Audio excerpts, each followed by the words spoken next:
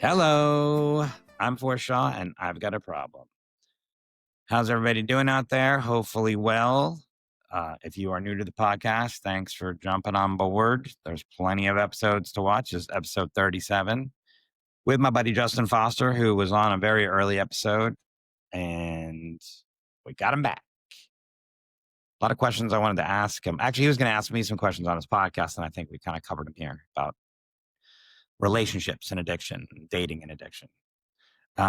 If you haven't already, subscribe to the podcast. Please rate it. Please put a comment. Thank you for the people that are putting comments, rating, but please, to all the new people, throw some comments on YouTube, throw them on Apple Podcasts or whatever. I don't think you can put comments on Spotify, but rate it. That's the one place where it's rated low, but I really don't care what the ratings are. I mean, I'd like them to be good, but I'm not losing sleep over it. I'm just glad you're here. Hopefully this podcast is helping you in some way or helping somebody you know, or just entertaining you or passing the time while you're driving through Oklahoma or whatever's going on. You can go to my website, forrestshaw.net, to see upcoming shows. This week, I will be in Fort Myers on November. I got to get my glasses back on here. November 13th. What an old person thing I just did if you're on YouTube. Holding my glasses up. November 13th, I'll be at Fort Myers at Snappers Comedy Club. November 14th and 15th, I'll be at the Sadman Comedy Cafe in Boca Raton. November 18th through the 22nd, I'll be at Comedy Key West. And you guessed it, Key West. I'll be in Pompano on November 23rd, a place called Revelry, if you're in that area. And then I'll be in Marco Island, November 28th. If you are in the Miami area, I'm doing a show on November 30th, the night before my birthday, at Gramps in Wynwood. There are some tickets left for that. They're going fast. Go to my website. There's information on there. I'm also doing a show in Ocala, Florida at a theater. Man, I need to sell tickets for that. That is December 6th. Yeah, December 6th in Ocala at the Marion Theater. I don't quite know why they let me book a show there. I'm glad they did, but I need to sell tickets for that. So if you know anybody in the Ocala area of Florida, please send them my way or come out yourself, Marion Theater. And then I'll be in outside of Tampa. I'll be in Fort Pierce, Winter Haven, Florida. I'm going to be in the New Orleans area. I have one of those dates up now, Marpesas, Louisiana. Go to forrestshaw.net. As far as Australia, I can tell you this. I'm going to be in Adelaide from February 17th to March 1st. Place called the Howling Owl. I'm going to be running my show there called The Ocean Hates You. It's a new show that I've written. Marine biology comedy theme. There's giveaways, trivia, videos, fun stuff. So that's at the Adelaide Fringe Festival, February 17th through March 1st. I'll be at Howling Owl. Those links will be on my website sooner than later. And then, did I say March? I'm at February 17th through March 1st. I think I said that right, but I'm looking at my calendar. March 4th through the 7th, I'll be in Melbourne. I'll be at the Comics Lounge, and I'll be doing my normal stand-up show. And also on March 6th, on Friday, I'll be doing The Ocean Hates You there as well. Those are the dates I have in Australia so far. I'm trying to maybe book some shows in Sydney, possibly Newcastle, but I might have to shoot back to the States and then come back another time. But those for sure are happening. So Adelaide and Melbourne. If you're in the area, please come out and check that out.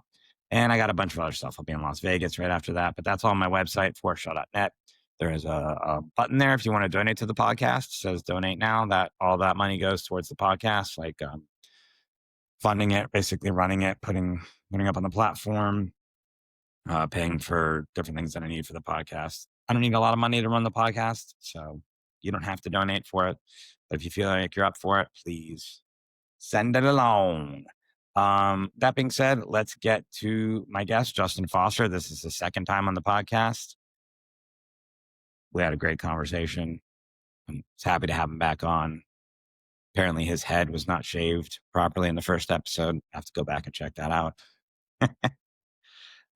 But this episode is looking great. I will see you guys on the other side. My guest today is Justin Foster. He is a stand-up comedian. His special Cheap Date, you can watch that. That's out. This is his second time on the podcast. And he also has his own podcast, Foster the Podcast, which I've been on. So, I mean, check out my episode, but check it out in general. It's a fun time. And you can find a bunch of information about him at justincomic.com. That's his website. You can find his Instagram and Facebook and YouTube and all that stuff. Thanks for being here again, Justin. Thanks for having me back. I like that am I your only repeat guest or no? No, I'm sorry. I don't want to make you feel Ah, not special. Al Jackson's done it at least twice. that's cool. That might be it. Just you and Al Okay. Jackson. Just the guys with a lot of problems. Yeah. Yeah. Yeah. A lot of problems. I have Also, a yeah, I have a podcast called I've Got a Problem, and these guys, they're gonna be out in a bunch. You're gonna be hearing from them a lot. well, I think the first time we watched we watched top 10 worst addiction video. I mean, we talked a That's right. little, but That's right. That was and fun. yeah, it was fun. And I tried to post a clip on YouTube of us watching the guy blow cocaine with his nose, and And it did not allow me to do that. They they were shut it like, down. yeah, yeah. They're like, this is someone's doing drugs. I'm like, I think you'll find if you watch it, he's not doing drugs. It's the Right. opposite. Yeah. Yeah. If you look closer, I was in rough shape when we recorded that episode. I don't know if you go back and watch it. I hadn't shaved my head in like a month. I had like this like weird like I was just like I was in rough shape when we recorded that episode. I remember like there was like one of the clips you were trying to post, and I was like watching. I was like, oh, I look terrible. Yeah. Well, I'll make sure to post that as a clip so people go back and watch. Look how terrible you. God, yeah. That was not a good time. I didn't notice, but now you brought it out. Yeah. So Yeah, go back and look at the clips. Like, see how like I hadn't shaved my head in probably like a month. I was like super depressed and just just in bad shape at that time. And I was like, yeah, I'll do your podcast. I remember just logging on, being like, "What's up, dude? Yeah, I've never thought about it. How often do you have to shave your head? I shave it every day." Every day? Yeah, if it's like a month or a month and a half, or I think at that point it'd be like a month and a half. Like it's noticeable. I look like yeah. Well, when you shave it, do you use electric or do you like lather it up He's and right? yeah, razor. Yeah, every day. Oh, Yeah, yeah, I, I would be too lazy to do that. I would y- just, yeah, yeah. mm, You can always tell someone's mental state by how fresh their head is. I wear a hat. Yeah, where at? They're not doing good. Well, thanks for being here again. Yeah, Appreciate it. Podcast has taken off since you were on it the first time. We have about good. 1 million listeners now. So Yeah, well, I was happy to be a part of that. yeah, I no, kicked it off. it has grown. It has been growing like slowly and steadily. And I really like our listeners. Like, it's a very supportive group and people are happy to be listening to it and getting something out of the podcast, which is the whole point. That's So great. yeah. Yeah. I don't know if we talked on your podcast.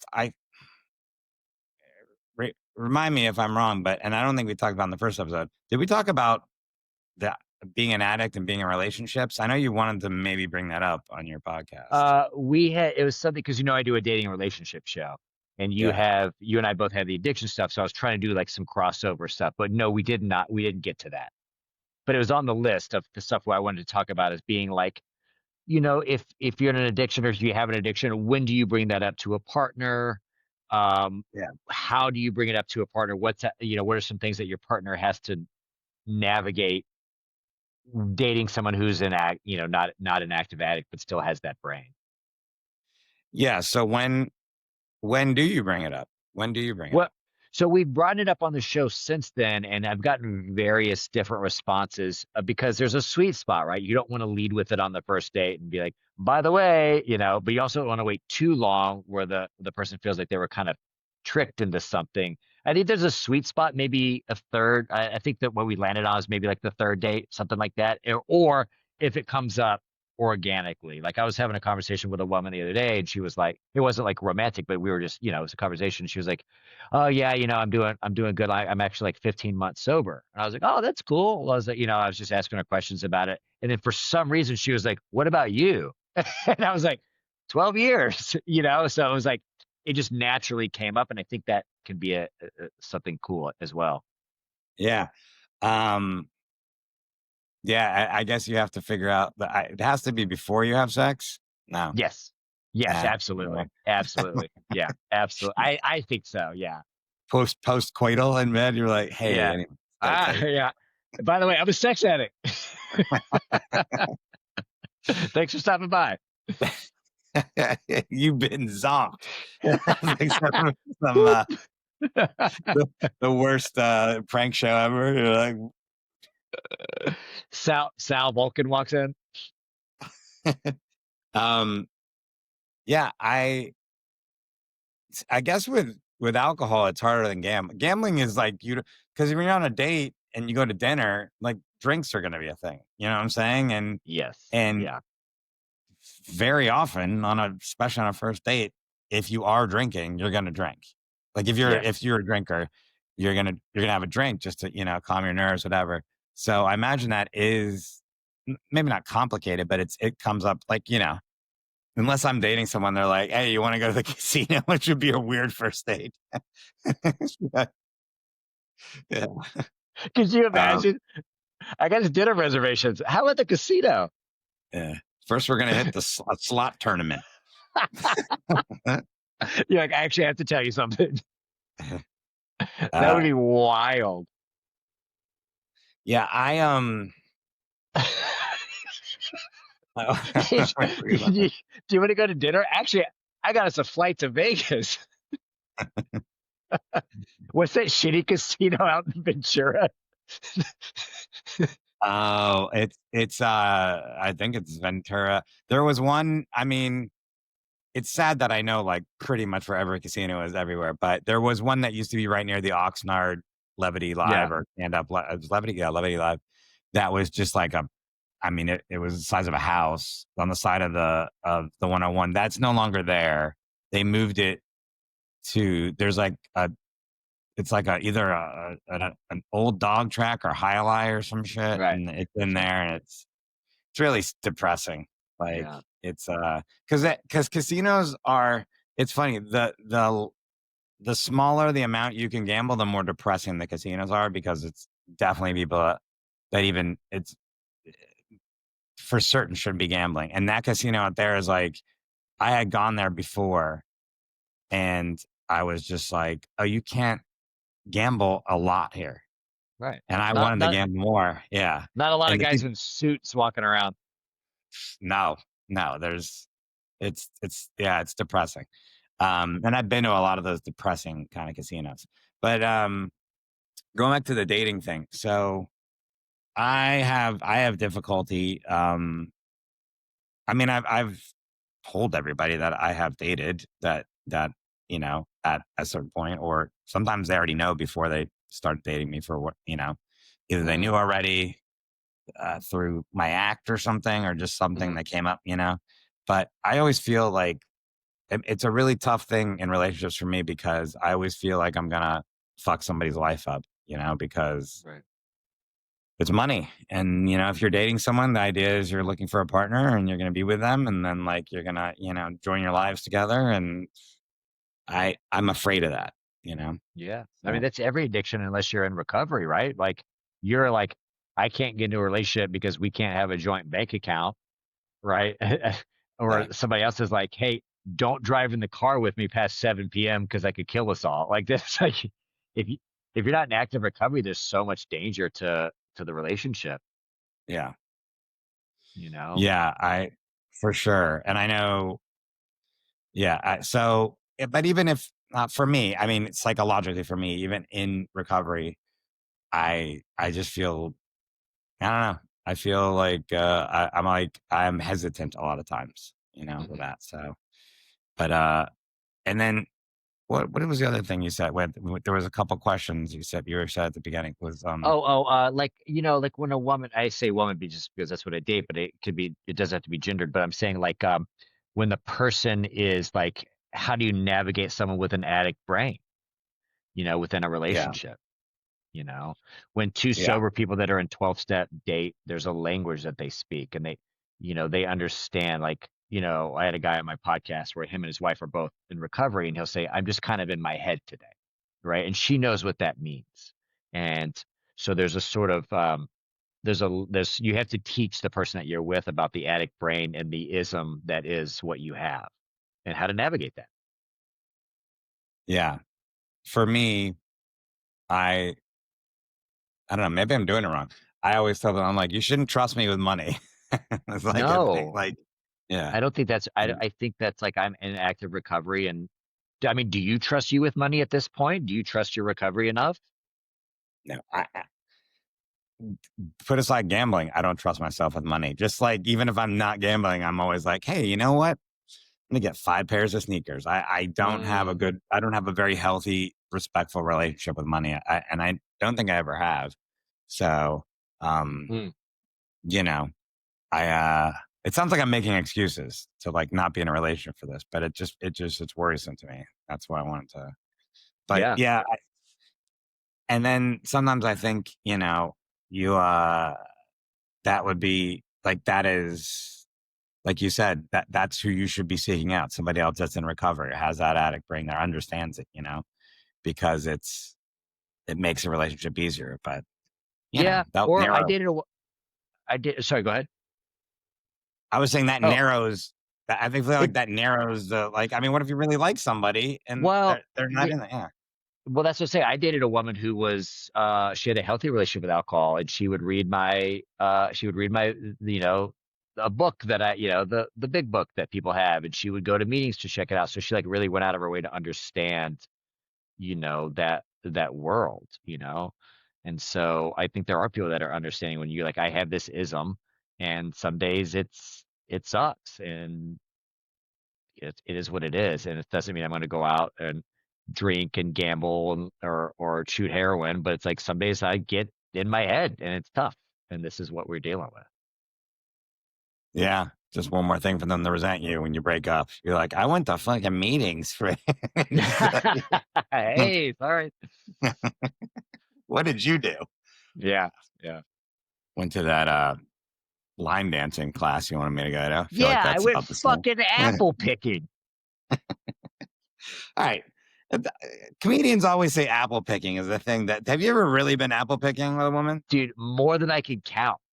What? Really? Yeah, bro. Yeah, apple picking. The place where they do like the arts and crafts. It's like an hour away. Like I've done it all, bro. The blueberry Oh, like the picking. pottery, like color me mine or whatever. Yeah, yeah, yeah. All that stuff. Yeah. Um, how does apple picking work? Do you have to you get as many apples as you want for a certain It's amount of actually, money, or is it I'll be time? honest, it's actually kind of fun. Uh, it's actually I kind of like fun. apples. Yeah, you get like a bag and you fill up the bag. You just pick up they have all the different apples and you fill up like this big bag uh, but then they have like apple cider, they have apple donuts. Sometimes they'll have like live music. They'll have like arts and crafts. They'll have like, Mm. it's actually kind of cool. Yeah. Okay. So that was because I was going to ask where the romance part comes in. I mean, so there's like a little festival atmosphere to it. Yeah, and it's like it's as fall as it gets in LA. You have to drive about an hour, and it's like the leaves are kind of changing a little bit. It is not 90 degrees in November. And there's a little bit of this. You're behind a tree, like. Yes, of course. Whoop. Yeah, you guys are eating apples together. Yeah. Um, but that is about sober dating is you do have to do stuff like that, right? You can't just like go to the bar and black out every night. You got to find stuff to, whenever I see like the couples in Silver Lake doing those swans, I'm like, oh boy, they're sober. The swan boats, you mean, and Yeah, the they're just Silver Lake, pedaling yeah, for no reason. the swan boats. Yeah, yeah. I used to have a trainer when I was back in Miami, and he was great. He got me in really good shape, and he uh, he was religious, and so he was getting married, and one day we're training, and he asked me like what I thought would be good ideas for a bachelor party, but he didn't give me the parameters yet. I was like, oh well, this Yeah. is what you normally do. And it's like the tropes of the bachelor party. You're gonna go to the Right. strip club. You're gonna do this. You're Right. gonna get wasted, whatever. And he goes, oh no, no, no, it's me and all. It was like him and all of his like church buddies. Like we don't drink and we don't want to have anything to do with like anything Right. like sexual like that. Right. I was like, I guess go fishing. That's a seems like Yeah. something Jesus would do. I was like, Yeah. Yeah. Go I think apple he did picking. that. Go apple picking for a Him and his bachelor boys party. with the groom sash. You know, nobody else would be picking apples. They'd all be like, "What the fuck? Like, What's happening? My Even boy's that's getting more married. Granny Smith. Garden of Eden. Yeah. Yeah, don't Um, don't let her eat this. are you in a relationship now? I'm not. Yeah. I'm not. No. And you do a relationship podcast. You're allowed to do that? I'm allowed. Yeah, legally my co-host is married with kids, so she's able to give advice. Actually, I haven't dated since March. I've been purposely avoiding any sort of dating relationship since March, and so I'm kind of like on my little island by myself right now, which has been really nice. Have you ever dated anybody since you've been sober where that, like, when they found out was like, nah, we're not, I don't want to deal with this? No, most people that go out with me already know that I'm sober ahead of time. I never really did apps or blind dates or anything, so they already kind of knew what was up and what I was about. I have had people who have felt that wasn't necessarily the lifestyle that they wanted. It was maybe like a mirror they weren't ready to look into yet. Um, Yeah. and so that has been challenging of like hey, you're really great, but it's like I still kind of want to go out there and like do my thing. And being with a sober dude kind of makes me feel bad. And not that you're making me feel bad, but just the whole I just it's something I'm not ready to look at yet. And I have definitely had that before. Yeah. Which is sad because I've been there before when I was drinking. I've definitely had those relationships where like you're great and you're like everything I want, but like I can't do this right now. Yeah. Yeah. Yeah. Yeah. For sure. Now, and this is not even a relationship question. And I don't think I asked you this last time, but you've had jobs as a bartender, Hmm. sober. I Hmm. have other friends that are sober that are bartenders. I have friends that are gambling addicts that are actually dealers, card dealers, and stuff like that. Hmm. Hmm. Um, does that help you? You think to like to is it? You know, it's interesting. I used to think that it did, and it did. When I was newly sober from alcohol and I was bartending all the time, I worked in some places where it was very against policy to drink. And it was very against, it wasn't one of these like we're all doing shots and having a good time. It was like you're there to make drinks, make your money, and go home. And that did help me because I'm out late. I think the challenging things for me in the beginning was like the nights off or when I didn't have something to do. So going to a job where I was like kind of accountable, and the next thing you know, it's 2 o'clock in the morning, all the bars are closed, you can't go out, so you just got to go home. That really helped me. There became a point in the midsection of my sobriety where it was like it was not great. Where I was kind of working some places that were a little crazier. There was a lot of chaos going on, Yeah. and it wasn't that I wanted to drink, but it's also like yeah, but Justin, what are you doing? Like, congratulations, you're the most sober guy in a room full of people that are, you know what I mean? It was like I was kind of putting myself into situations that I probably necessarily didn't need to be in for emotional sobriety. Yeah, got it. Yeah, because You know? if if you're sober or clean or whatever, I my personal opinion is like in being in a casino, for instance, I feel like seeing people that I can see are clearly addicts or behaving in a way that's unhealthy and stuff helps strengthen like the resolve of like what I'm doing, because you see Yeah, that kind of stuff.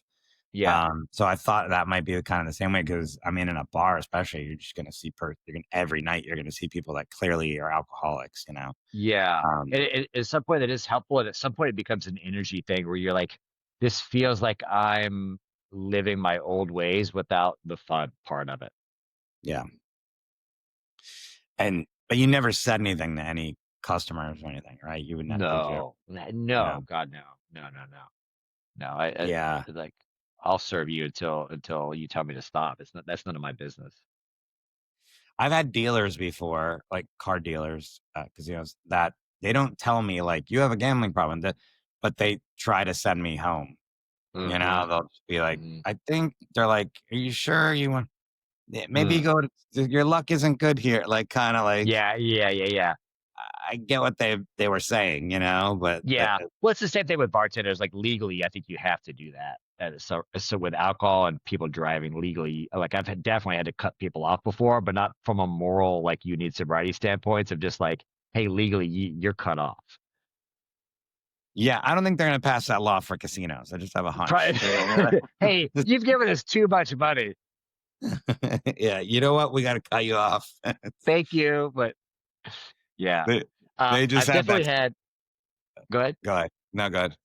I've definitely had bartenders and coworker. I can't even tell you how many times. It's always the people who like shit on my sobriety. That's always like, oh, you're sober. It's so whack. It's so boring. Da, da, da. And then those are the people you get to know, and they're the ones that they're usually crying to you later, or be like, how do you do it? Like, I just like, I can't. How do you do this? How do you bartend while you're sober? And it's like you can actually be of quite a bit of service in that industry if you radiate what you're doing. Like, if I was coming in being like, I'm sober and I'm so depressed, I'm barely hanging on, I want to drink every single day, people would be like, well, I don't think this stuff works. But if you're coming in and you're like, yeah, I can make drinks and don't even think about it, and the guy who's over there just like he's on his like ninth shift shot, like he wants to talk to you eventually. Yeah, yeah, yeah, for sure. Um, it's 12 years, huh? You've been sober. In December, I don't want to rush it because I don't know what's going to happen in the next month, but hopefully, hopefully, it'll be 12 years in December. Yeah. I mean, there's a government shutdown. It's stressful right Yeah. now, Yeah. flying, Yeah. Yeah. Yeah. etc. So, but that I say only reason I bring that up is for anybody that's listening or like that's like going through, you know, hard times trying to deal with stuff. It seems like yesterday that you got sober because I remember when you did. Like Hmm. I distinctly remember, or like right after, I was that. brand new. Yeah, when we Yeah. started hanging out, I was brand new.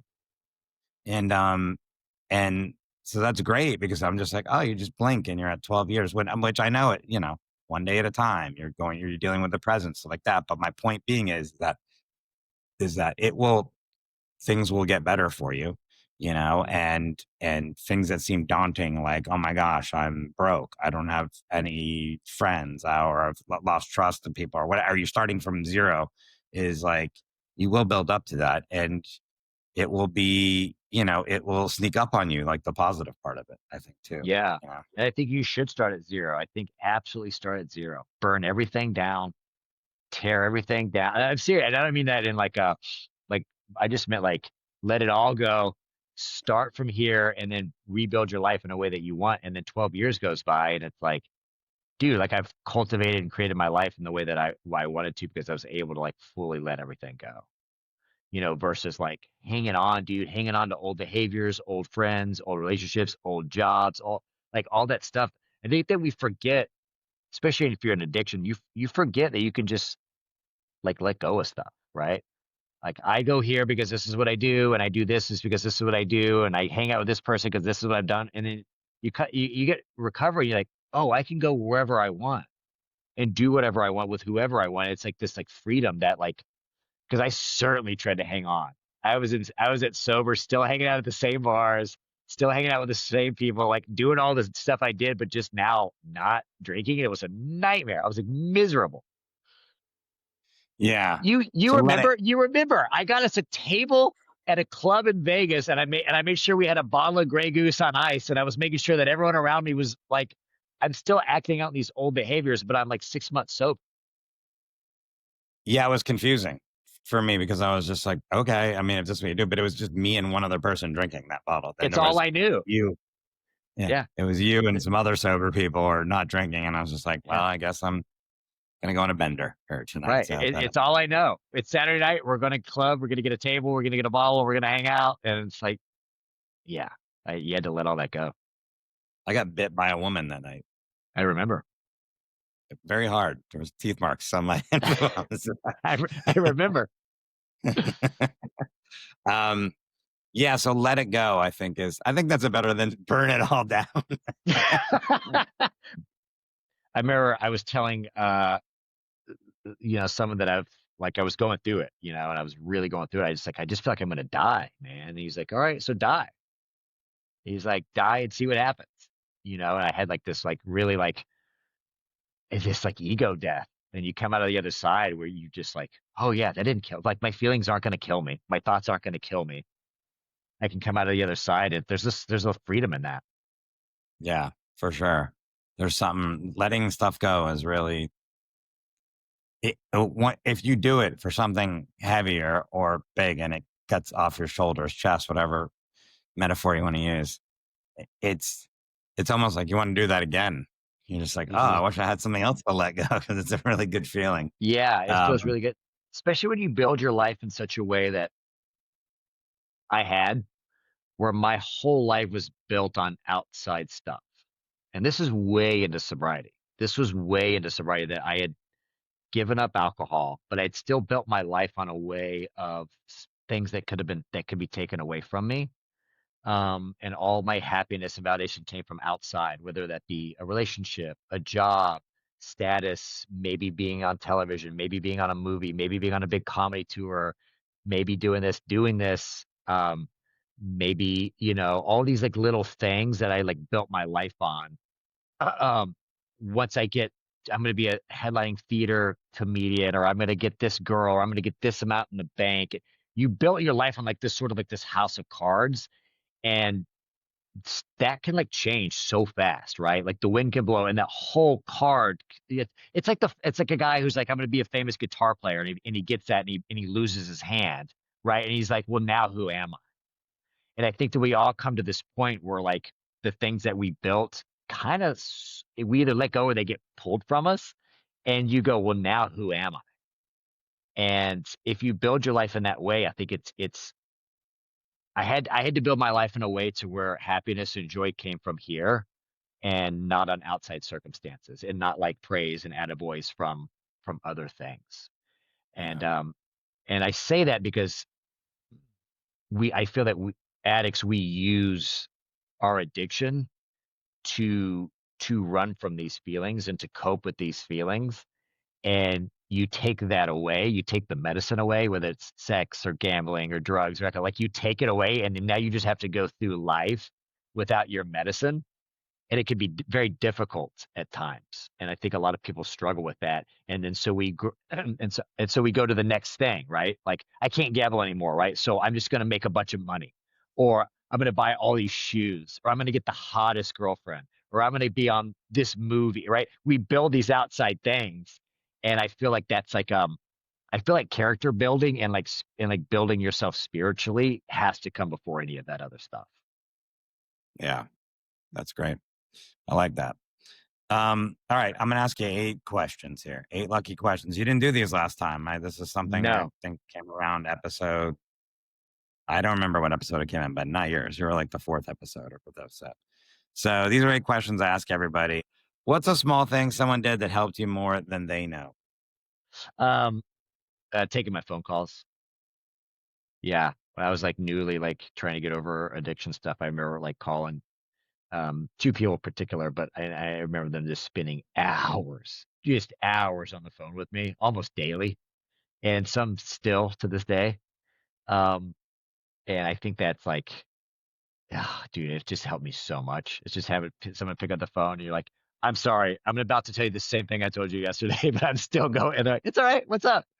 And talking just through something with someone who, it's just they're just there to be of service. I think it just saved my life. Yeah. Are you a phone call guy over Oh, text? Phones over text? my phone, Forrest, my phone rings 7 o'clock in the morning until 1 o'clock, 2 o'clock in the morning. I'm talking to guys and girls all day, every day. They've got someone's got something going on. I've got something going on. It's just like this whole like, dude, all day, every day. I'm talking to somebody. Chat line? Chat line. What's up? What's your problem? What'd she Uh, I, do? I meant in general though. Do you like? I always prefer to call somebody than text them because Yeah, I texting. like phone calls. Yeah. If it's gonna be more than I mean, I guess if you're in a show or something like that, yeah. But if it's anytime you're getting paragraphs and you have to write a paragraph, I'm like, what are we doing Just call me. here? Yeah. Just call me. Yeah. Or I the have the 10-minute technology. voice memo. No. And I do like a voice memo though. I've gotten into this, like, It's but a but podcast. you can print those out though. Yeah. Um, what song best describes your addiction? Uh, Toxic, Britney Spears. This is the second Britney Spears song that someone has said, and also What? Oops, the I did sec it again. yeah, yeah, it was "Oops, I Did It Again," and "This Is Toxic," and it was 2 people that I was like, "Britney Spears?" I didn't know that. I for sure thought you were gonna be like Fall Out Boy or somewhere in that realm of music that you like. The like, I think they were toxic so far. It's such a great description of what we do. yeah. It's a good song, though. I do like It's a that great song. song. Oh yeah. The string section, I Yeah. forget the guy that did I forget his name. Uh, what's the dumbest excuse you've ever told Wait, yourself? hold on, hold on, hold on, hold Uh, on, hold on. What's a good Fallout Boy song for this? Thanks for the memories. That's not bad. That's not bad. Thanks for the memories by Fallout Boy. that whole phase of music skipped me, like, Oh, all that, Sugar, like, we're going awkward down. what's that? Sugar, we're going down.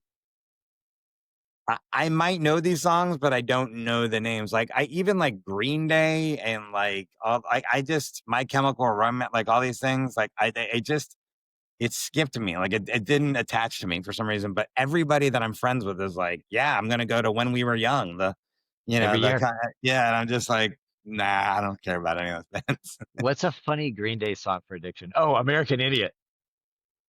I know that one. All right, yeah. That's I was a toxic American idiot. All right. Dashboard Confessional. You want to do one? No, I don't think any of those apply.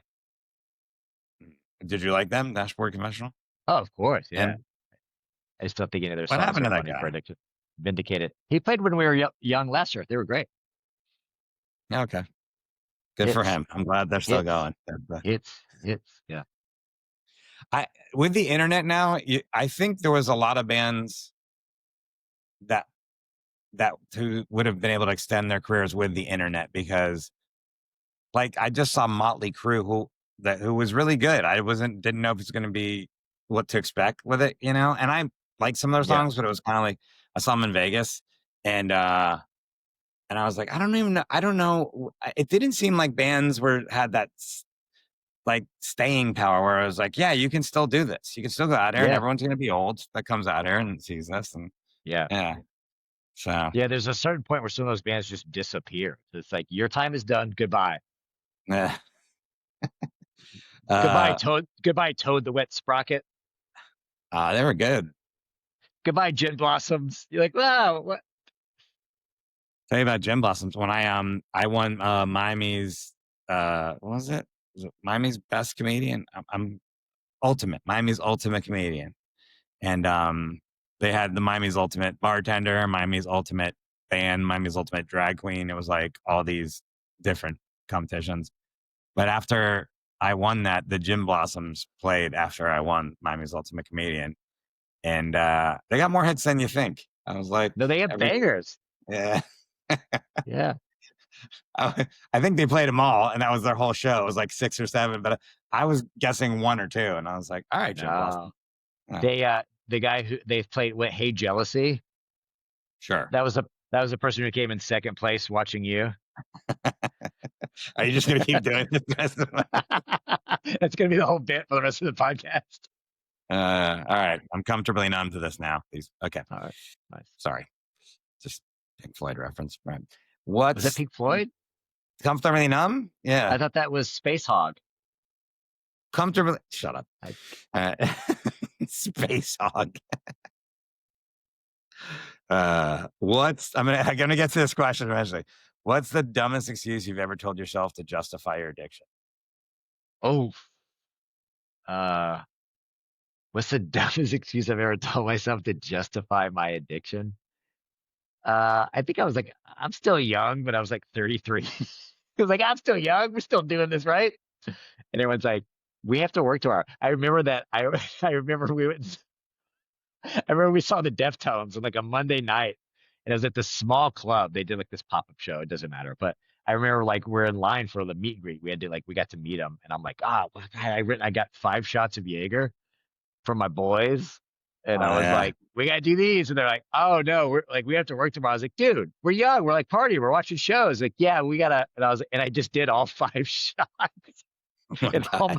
all my old friends were like, yeah, we're good, dude. You start the old drunk guy who's claiming we're young, we're partying, right? not a good look. We're young is a terrible excuse. Yeah. We're young. Dude, we're young, we're single. They're like, we have kids and a wife. What are you talking about? We got no Uh, responsibilities. 5 shots. You really did 5 shots of Jaeger at once? Oh Oh yeah. man. That was like my Oh, thing.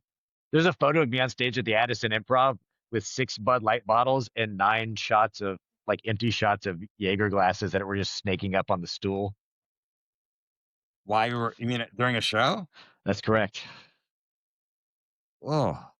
So Yeah. what were you doing? Just slurring at the end of that set? Like that's Hey, we're young, baby. I'd like to see footage of that. You should get some clips of that if you still have that. Clip that up, TikTok. Every punchline is like, "Hey, you don't think that's funny? We're young." I mean, Hey, it's we're just like, young. Fuck you. yeah, dude. I usually work. That works at the other improv. Like maybe Fucking losers. you just catch Look at- someone's eye. What the fuck you looking at? What you looking yeah, at? pussy. Yeah. Uh, Okay. We probably covered this in the last episode because we went. It was like the top 10 worst addictions. I think that was the name of the video we were looking at or something like yeah. that. But I don't remember Yeah. if you said what you thought about. So, what do you think is the worst addiction? I think the one you got. Yeah, I think it's a whatever Beatles you song. got.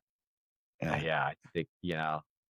I think, yeah. I think before meeting you, it's funny. You said something very interesting to me. This is like, uh,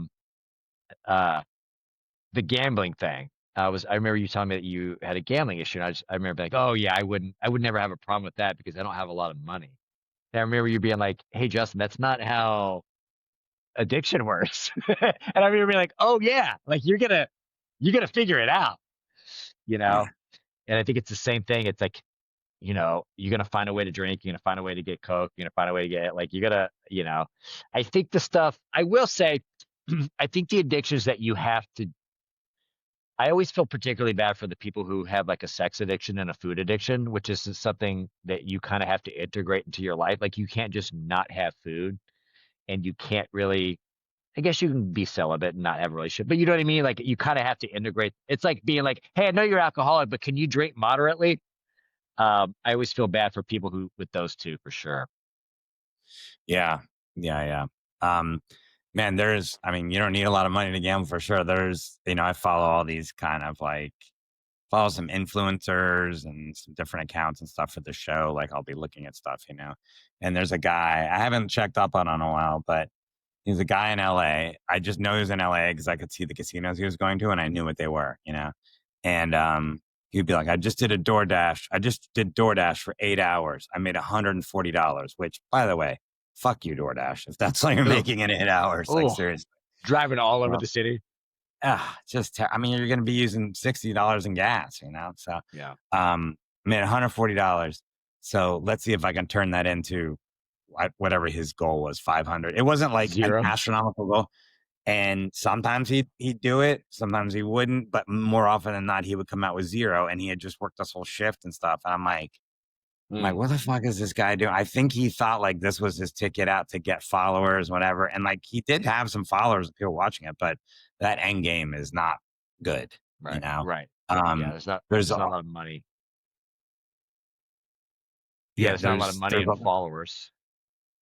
no, and there's a lot of gambling influencers that there's this whole trend of these influencers that are leading people to believe that you can just record yourself playing slots and it's going to work.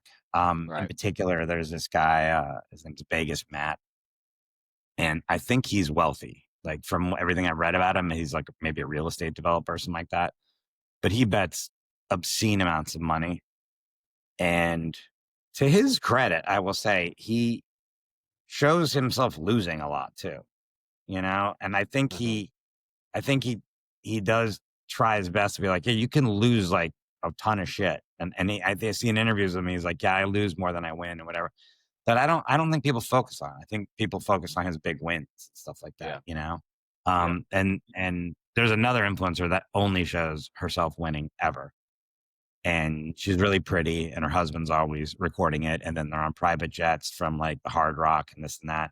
And then it leads you to believe kind of like, oh, well, the casinos, they're not fixing the machines, I don't think, but I think they're certainly rolling out the red carpet for them. They're like cutting ribbons for shit and trying out their new slot machines always and stuff. And I just think, man, if that's the life you've chosen, that's fine. But it just seems it's like you're right there with I was mentioning this last episode, John Hamm and Kevin Hart and all these people that don't fucking need money that are like are just like get on these apps, you know? Yeah.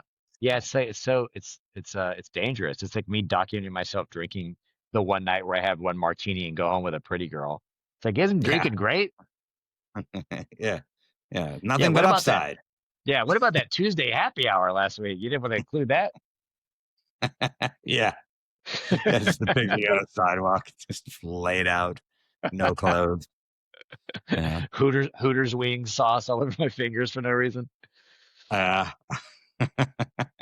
just give me a bad flashback to a strip club I used to go to back in the day, and they served food, and sometimes the strippers would eat wings at the end of the bar, not like in private, and then they'd like, then they come Yeah, down. You want to dance? I'm like, I don't want you to touch me. Like you have right. You want a wet like nap? barbecue barbecue sauce on your. It's gross. Miami. Um, what one word would you use to describe your addiction? Lost. Yeah. Yeah. And what about your recovery? One word. Hope. Hmm. I'm really glad you didn't say found. I thought you were going to go with found. No, I'm better than that. So- There's a lot of hope in recovery. There's a lot of limitless possibility, in my opinion. yeah. Hope. That's man, I just watched Shawshank for the fillionth fucking time last night because it was on TV. And that's that whole thing at the end, this hope where when he thinks Andy Dufresne's gonna kill himself and he's just talking about hope and then Red's character, he's Red is just like hope will get killed, like well is blah blah blah, and and Andy Dufresne's character keeps espousing hope and how how powerful that is, and that's one thing. And so you know it's that's a fictional movie, but he did get out of prison and moved to Mexico with a lot of money. So I'm just saying, Yeah, right. It happens. I talked to a guy who was like a really bad drug addict and alcoholic. And he got sober, but ended up having to go to prison in sobriety. Like after he got sober, some stuff from his past caught up with him, and he was like, "I was still free. I was behind bars, and it was like it was still freer than I had ever been out drinking and using." And he was there for 20 years as a free man. wow, Hmm. wow, yeah, yeah. Hope's a good one. I like that. Hope. Okay.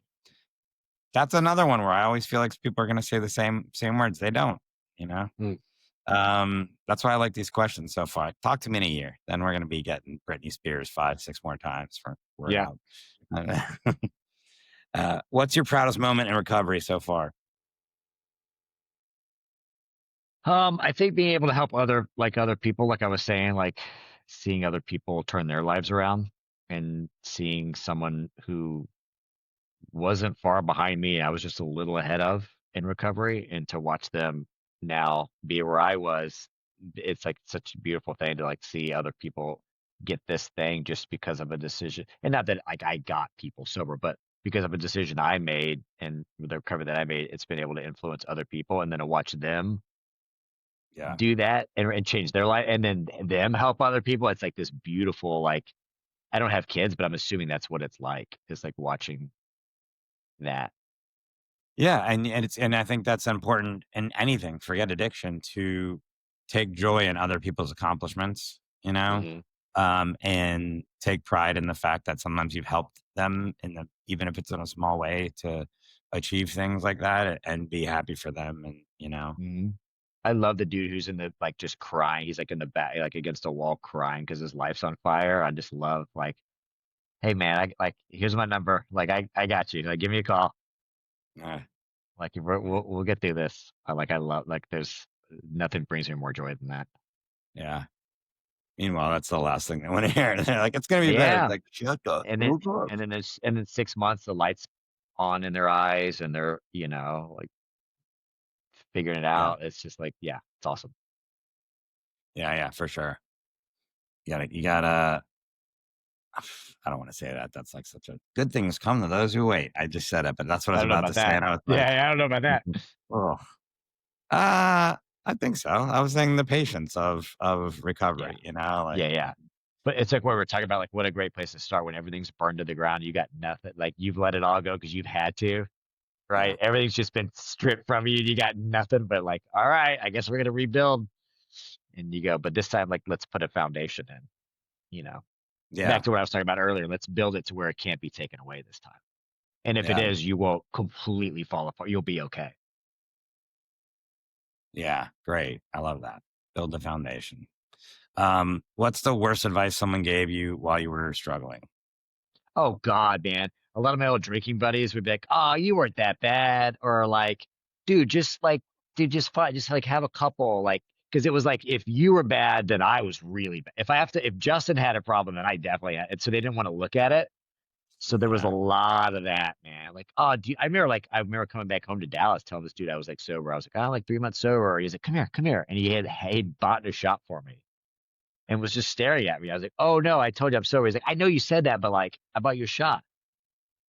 So I think a yeah. lot of people don't understand, like, ah, just don't drink as much, or don't gamble as much, or don't, it's just like Well, they people want to don't drag you understand. in. They want to drag you back with them because now they're lonely. And they were Right. lonely before, but at least if somebody was with them, they Yeah. felt like, oh well, this is my partner in Yeah. crime, or this is if like you Right. said, if they're doing it, it's not that bad kind of thing. So Yeah. Uh-huh. yeah, don't let people drag you down.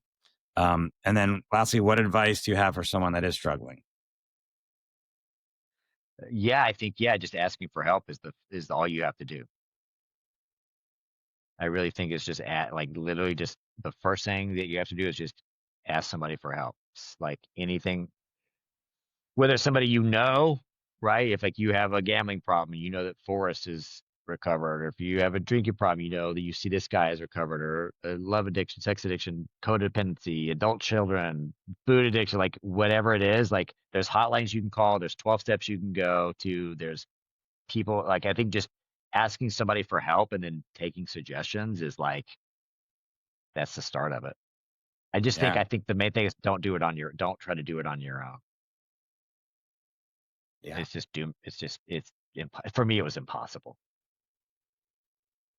I think for most people it is, and Yeah, I'm just gonna do dry January. I'm just not gonna gamble for a month, or I'm not. All right, good luck.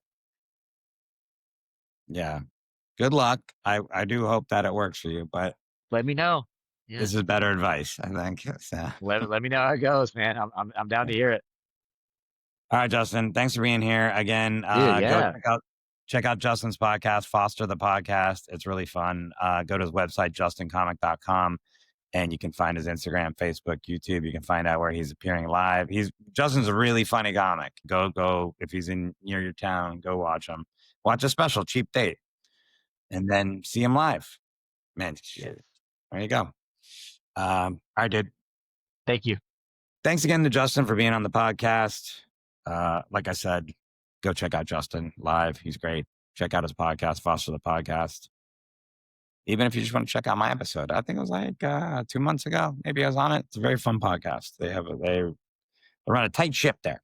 As always, reach out to somebody if you are feeling like you need help. You're feeling suicidal. You're feeling like you want to get help. There are numbers for you to call. You can go to any of the GANAAA websites and reach out to them, or whatever addiction you have. There's a number for you. Suicide crisis hotlines 988 in USA and Canada. Go to the Wikipedia page for a list of suicide crisis lines in the country that you live in and give them a call if you need it. Worst case scenario, like can't get a hold of anyone, try me. I'm not saying I will pick up. I'm not a crisis hotline, but people have called me. If you have a question, you need to reach out. You just need to lean on somebody, vent, whatever. Even if I don't pick up, message me, DM me on there. I will respond to you at some point. Trust me, I will. People have reached out to me on there, and I will. But find somebody. That's my point. I will see you guys next week. Love you all.